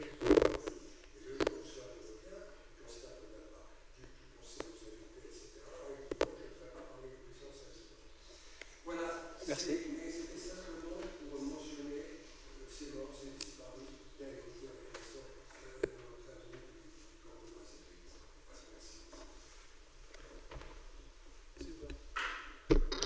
Oui, alors merci beaucoup à toutes ces interventions. Sur la position française sur l'extension du Conseil de sécurité aux pays d'Afrique, je crois que vous avez rappelé que on y était non seulement favorable, mais qu'on a poussé beaucoup l'idée. J'ai vu que les Américains récemment, par la voix de leur représentante permanente, avant la dernière Assemblée générale, ont dit qu'ils y étaient favorables. Mais enfin, je crois que c'est une position que pousse la France depuis longtemps. Après, d'abord, moi je ne suis pas, comme je vous l'ai dit, un spécialiste de la politique des Nations Unies. Et deuxièmement, ce que je comprends, c'est qu'il y a quand même, après, une nécessité que chaque zone géographique, chaque continent atteigne un consensus sur qui représentera ce continent, cette région.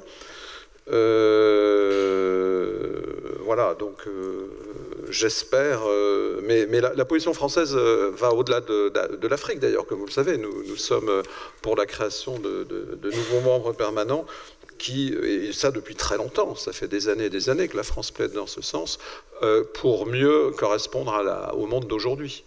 Alors, est-ce que ça veut dire étendre beaucoup, encore davantage de droits de veto?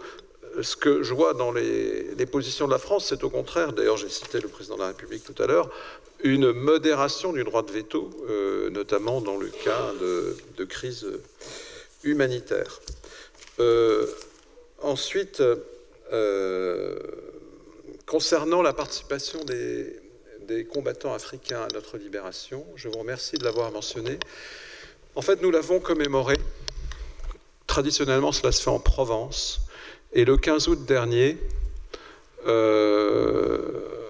la nécropole de Boulouris, à Saint-Raphaël, le président de la République, en présence de plusieurs chefs d'État et ministres des pays africains, dont étaient issus les combattants, a de nouveau rendu un hommage à ces combattants africains. C'est une mémoire douloureuse parce qu'ensuite il y a eu, vous savez, des épisodes très, très douloureux. Il y a eu notamment le massacre de Thiaroye en décembre 1944.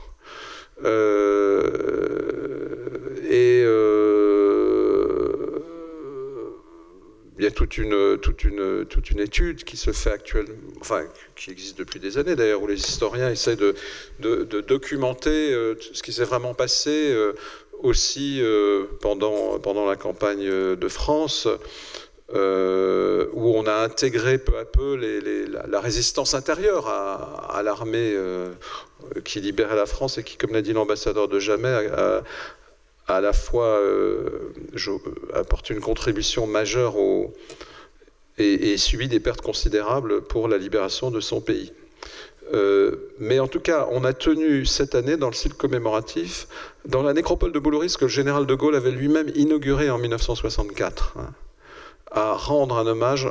Et d'ailleurs, il y a le président du Cameroun, qui était le doyen des présidents présents, a fait lui-même un discours en répondant au président Macron. Et il y avait des vétérans. Il y avait des vétérans sénégalais, il y avait un vétéran marocain. C'était extrêmement émouvant. Et cet hommage, il faudra continuer à le rendre, même une fois les derniers combattants disparus. Ce qui m'amène à la remarque tout à fait pertinente de l'ambassadeur de Jamais. Je ne l'ai pas reproduit moi-même, mais enfin, si vous avez entendu ce que j'ai dit, j'ai dit que dans notre programme, nous avons il faut rendre hommage à ceux qui se sont levés, à ceux qui ont combattu et à ceux qui ont reconstruit. C'est la manière dont est construit notre programme mémoriel. Et donc, l'hommage à nos combattants a été le cœur de tout le programme mémoriel, bien sûr. Quand on a été à Vassy-en-Vercors, le président de la République, vous savez, vous savez mieux que moi, le massif du Vercors s'est soulevé, a créé la République du Vercors en juillet 1944, parce qu'il y avait le débarquement de Normandie et on croyait que le débarquement de Provence aurait lieu avant. Et ça s'est terminé dans le sang.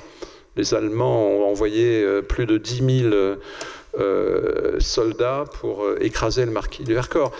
On a évidemment en Normandie commémoré les commandos Kieffer, on a commémoré aussi les SAS français envoyés par des avions britanniques qui sont arrivés pour renforcer le maquis de Saint-Marcel et qui ont fixé les troupes allemandes de Bretagne pour qu'elles ne rejoignent pas les troupes allemandes qui voulaient empêcher le débarquement de Normandie.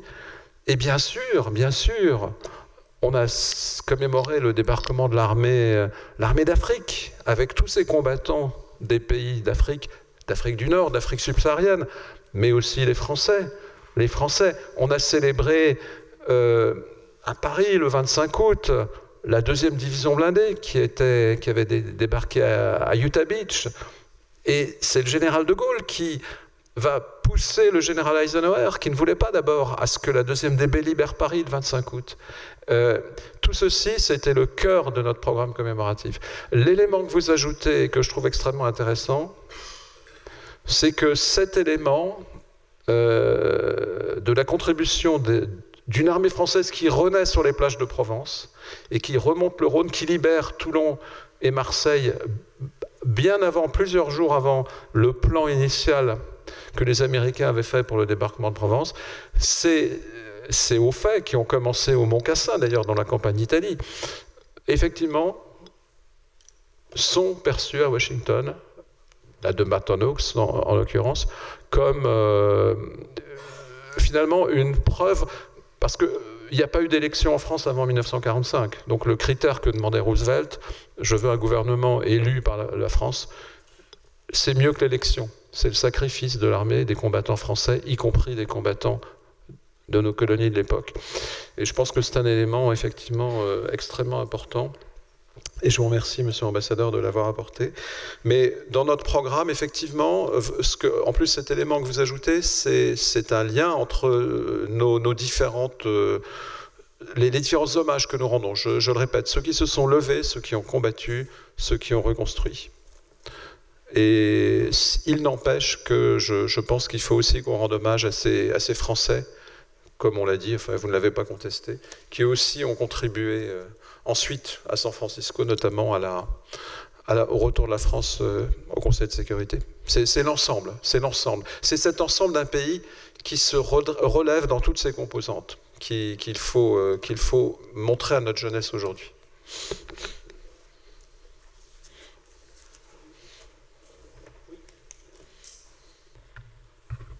Julie Chélan, Master 2 Relations internationales. Vous avez parlé du début du retour de la France donc dans le club des puissances de l'ordre international pendant et après la Seconde Guerre mondiale, notamment à l'ONU. Au vu des contestations grandissantes à l'ordre onusien tel qu'il est établi, notamment concernant la composition du Conseil de sécurité,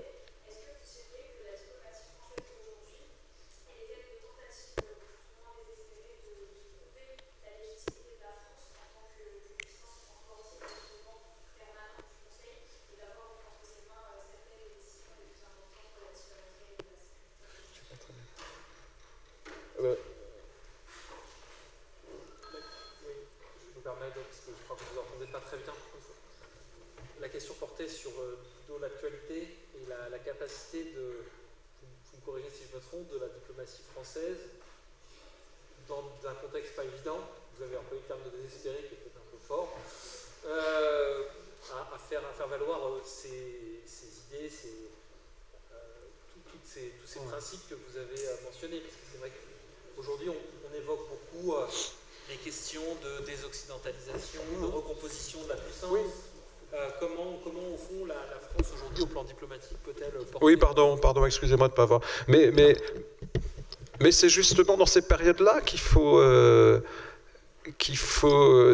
plus c'est difficile, plus c'est important de garder ces principes. Et il ne faut pas se laisser impressionner par ceux qui disent qu'il n'y a pas d'universalité des droits de l'homme. Par contre, c'est d'autant plus important de souligner que le système de représentation des différentes régions, des différents pays, tel qu'il a été construit après la guerre, et pas seulement aux Nations Unies, mais beaucoup aussi, c'est très important, au FMI et à la Banque mondiale, n'est plus du tout adapté, et qu'il faut refonder la légitimité, donc de l'efficacité, en modifiant la gouvernance et en changeant le système de répartition. Mais excusez-moi d'être un peu corporatiste, mais ce n'est pas à la diplomatie française ou à la France d'ailleurs qu'on peut reprocher de ne pas le faire parce que ça fait des années et des années que la France plaide pour cela. Et donc, s'il y a un pays dans la communauté occidentale qui fait des propositions pour cette gouvernance, et donc maintenant, effectivement, nous avons ce qu'on appelle le Sud, global ou pas, qui fait valoir des revendications légitimes qu'il faut entendre. Mais je pense que dans les pays occidentaux, sous le contrôle de mes collègues, la France fait partie de ceux qui ont quand même assez tôt fait ce genre de propositions, comme votre collègue l'a dit, par exemple, pour l'élargissement, y compris à des pays africains, des permanents au Conseil de sécurité. Alors, est-ce qu'on a été efficace? Apparemment non, effectivement. Est-ce que c'est plus difficile aujourd'hui dans le monde tel que vous l'avez décrit? Oui. Parce que si des grandes puissances qui ont intérêt à diviser, à nous diviser avec ces pays dits du Sud, est-ce qu'il est possible, malgré tout, de trouver un accord? Moi, mes tripes et mon expérience de 45 ans de diplomatie me conduisent à vous répondre oui, c'est possible. Et il faut avoir la volonté de faire progresser nos idées pour que ces systèmes internationaux soient réformés, soient relégitimés, soient réformés profondément, mais il peut l'être.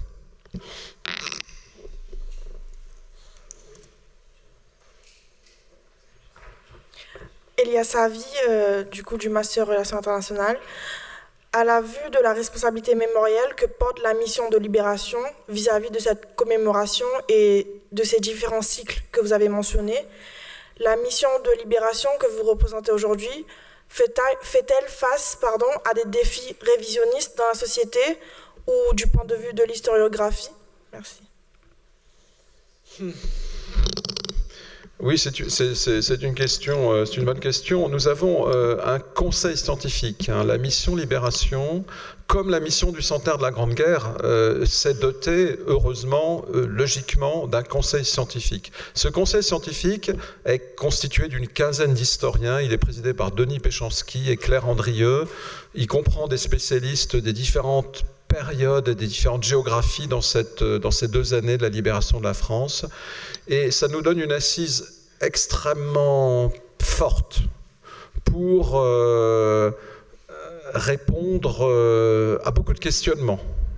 Vous savez, lors de la commémoration des débarquements en Normandie, on a eu tout un débat, par exemple, sur l'invitation de la Russie, de la Russie de Poutine. Alors, là,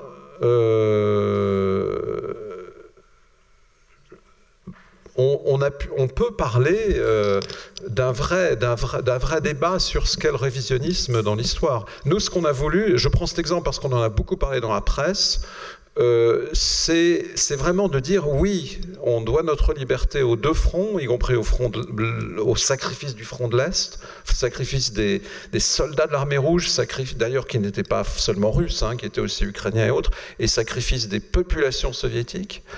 Et on l'a dit dans la commémoration du débarquement. On l'a mis dans le film. Moi, j'ai fait mettre un poème d'Anna Akhmatova sur le siège de Leningrad. Mais effectivement, quand on entend ce qui vient de Moscou, il n'y a même plus de contribution du front de l'Ouest. Et quand on relit l'histoire, ce qui s'est passé, il y a eu une coopération quand même entre le front de l'Ouest et le front de l'Est. Il y a eu des livraisons d'armes, etc. Voilà, donc nous... Heureusement qu'on a ce conseil scientifique, parce que, et je dois dire que globalement, par rapport à votre question, on n'a pas eu affaire à trop... Il y a quand même eu un très gros consensus. Pour l'instant, ça peut changer. Mais on aborde quand même des sujets délicats. On aborde des sujets délicats qui ne sont pas forcément des sujets de révisionnisme, mais qui sont des vrais sujets. On a l'épuration, je parlais de Thiaroye, on va avoir la question des incorporés de force au moment du 80e anniversaire de la libération de Strasbourg et de la découverte du camp de concentration de Struthof-Natzweiler en novembre. La question des incorporés de force est très très sensible encore en Alsace. Donc je dirais plutôt qu'il y a des questions qui restent très sensibles. Et puis parfois, en effet, on sent... on a traité la question très sensible des bombardements alliés qui ont tué énormément de Français. Ça, c'est aussi une question extrêmement intéressante. Pour la première fois cette année, dans une commémoration nationale de la fin de la Deuxième Guerre mondiale, le président de la République française a présidé une commémoration nationale d'hommage aux victimes françaises des bombardements alliés. C'était à Saint-Lô, au haras de Saint-Lô, le 5 juin. Et il y avait là des représentants de l'ambassade. Il y avait un secrétaire d'État adjoint à la défense américain, il y avait l'ambassadrice du Royaume-Uni, et on a fait pareil au Havre d'ailleurs il y a quelques semaines. Donc je répondrai plutôt par le fait qu'il y a des questions très délicates qui peuvent, si elles ne sont pas traitées très sérieusement par des historiens, et pas par nous, effectivement conduire à des discussions et à des dangers voilà. Donc nous, pour l'instant, enfin, je considère qu'on a quand même eu derrière nous une opinion française quand même assez soudée. Mais notre problème principal, c'est de toucher, notamment toucher les jeunes, toucher la population. C'est ça pour nous l'enjeu principal et la difficulté, enfin l'objectif principal.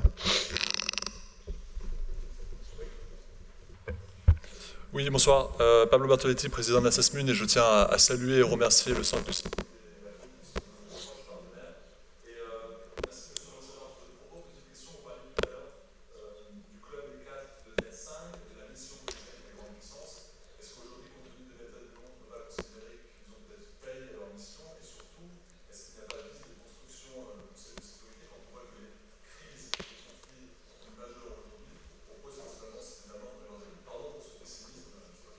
Non, mais le pessimisme doit être de raison. Et quand un membre permanent du Conseil de sécurité envahit son voisin, qui vous donnera tort? C'est ça la situation. C'est l'un des 5 membres permanents qui viole allègrement les principes les plus sacrés de la sécurité internationale. Bon, donc c'est ça la situation aujourd'hui. Mais je reviens à la question de votre collègue tout à l'heure. Est-ce qu'il faut pas s'en satisfaire, mais s'en résigner, c'est dire que bon, c'est foutu. Ben non, justement, c'est ce que montre notre histoire. C'est pas foutu. C'est tout. Moi, c'est tout ce que j'ai dit. Je veux pas dire que je suis optimiste, et vous avez raison de dire que ça se présente pas très bien. Mais enfin, voilà, il faut se battre avec les instruments qu'on a comme démocratie. Le mien, il marche. Ça permet de rebondir sur cette question parce que c'est vrai que ce pessimisme, je l'entends beaucoup parmi les étudiants et d'une certaine manière, je le comprends. La question quand même, et tout en partageant la thèse que vous avez défendue, c'est-à-dire qu'au fond, on voit bien, en particulier dans la situation française, on se rend compte que c'est vraiment dans ces périodes de doute et même de déchéance, de décrépitude, que les choses se sont finalement recombinées. Mais la question qu'on peut se poser quand même par rapport à... Vous avez évoqué l'agression russe en Ukraine. C'est comment est-ce que vous... Alors, on s'éloigne un peu du sujet, mais quand même pas tant que ça, parce qu'on voit bien que ce sont des questions qui reviennent.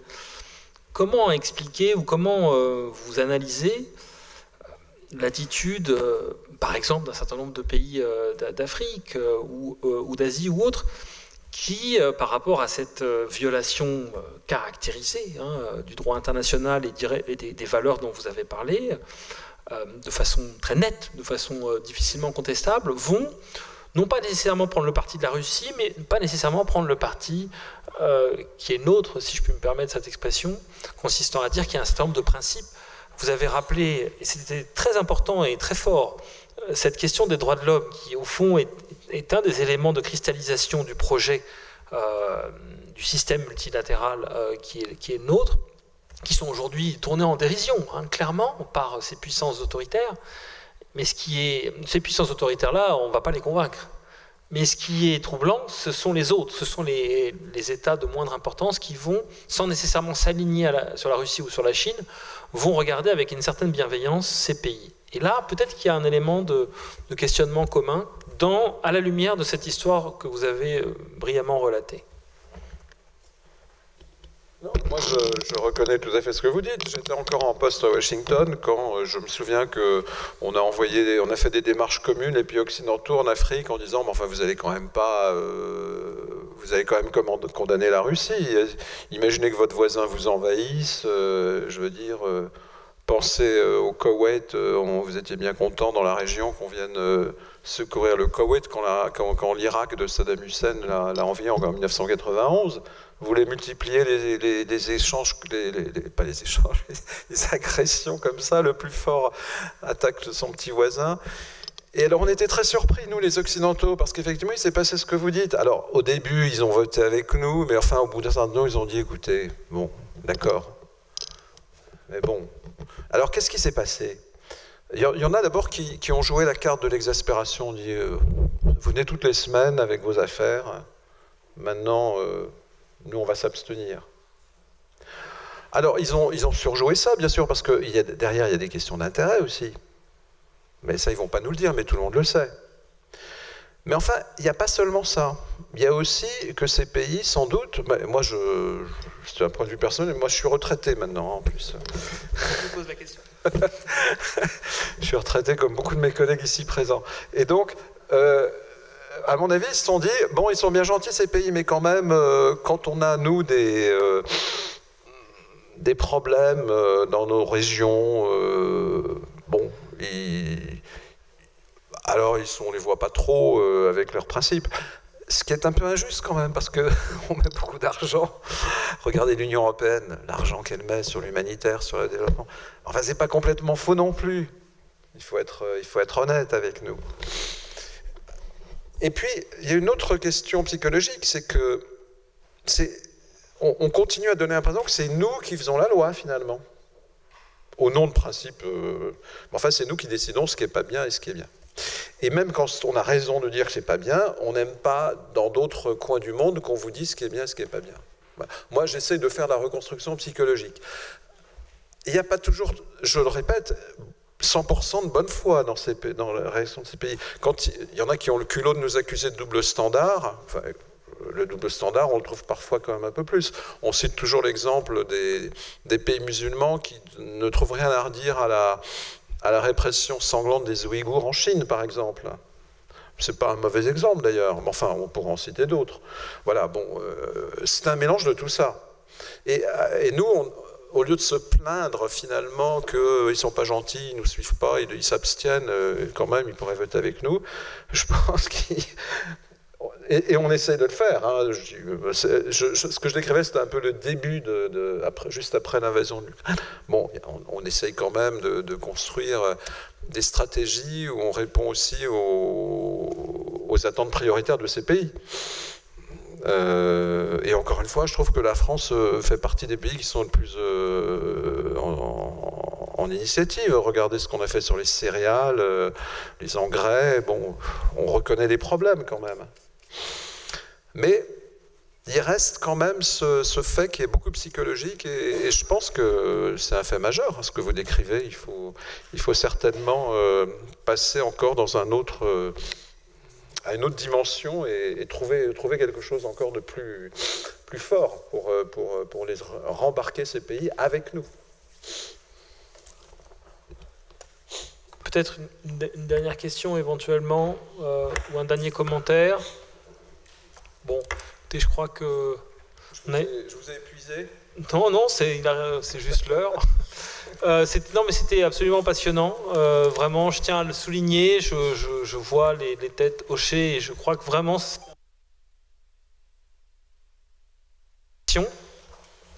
Et on se donne rendez-vous l'année prochaine pour l'événement que vous avez fort bien dessiné et qui nous permettra de recommencer. Merci beaucoup.